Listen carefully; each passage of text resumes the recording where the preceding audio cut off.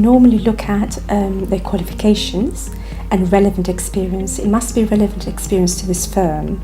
So for example, we're a firm of solicitors. If I find somebody who's sending me a CV and they're talking, in the CV it's mentioning work in the pub or shop, work in the shop, it wouldn't be relevant. So I would quickly dismiss those CVs. It's very important for us to have people with experience. The reason is so that we don't have to teach them basic work.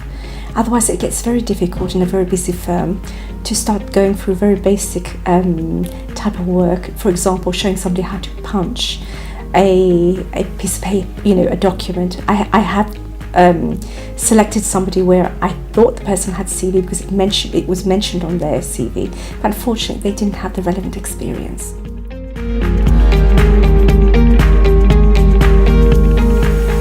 In the interview, I would consider whether they're punctual, whether they've attended the interview on time or in advance, whether they've turned up and they're sitting around waiting, because that shows good character in a way that they're alert that they should come to an interview early.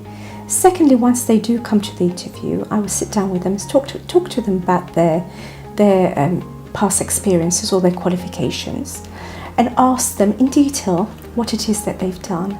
So, for example, if they've completed a degree, I would ask them for more information as to the topics that they've dealt with during their degree.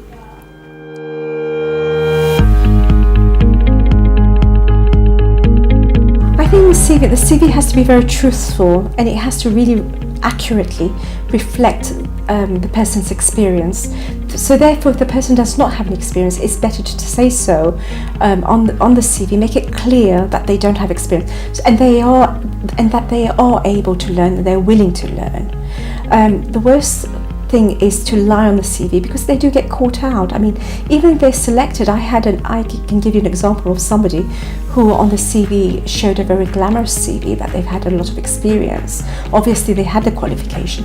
However, when they were asked to undergo tasks, they couldn't do that. So lying on the CV or exaggerating or bolstering a CV is not in the advantage of the candidate at all. Normally, we'll start off with the appearance of the person. The person's well dressed. And secondly, if the person had knowledge about the firm, had some knowledge about me, it shows that candidate has done some research as to the firm and some research about me, so that they know who they're speaking to. The next thing that would impress me is I did at one time have a candidate who had completed her LPC and she was looking for a training contract. Obviously at the beginning I said to her, I'll have to assess your performance first. And then as we were talking about the law, she actually didn't very much impress me. She was talking about the law. She was talking about research that she had done herself prior to coming to the interview as to the areas of law that we practice in. And she knew certain parts of the law in great detail. So that's an example of somebody who impressed me at the interview.